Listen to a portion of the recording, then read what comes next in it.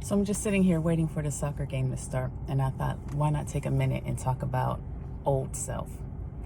So I remember I used to lie a lot, just all the time for no reason at all. And I got to the point where I just didn't want to be that anymore, and my integrity became really important to me. And I noticed that sometimes that old self will try to rise up.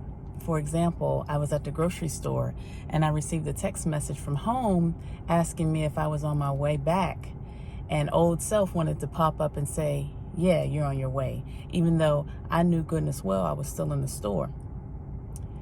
And so I had to push that old self down and respond and say, no, I'm still in the store. I'm going to be a little while longer. But it reminded me of the story of Jacob versus Israel. And I can recall reading in Genesis years ago and wondering why they were going back and forth calling him Jacob and Israel when his name was Jacob, but God had changed his name to Israel. Old self versus new self.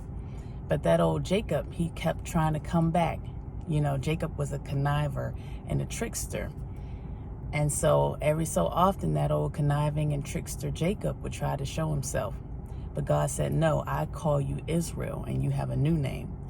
So I just wanted to remind us today that it doesn't matter what your old self was.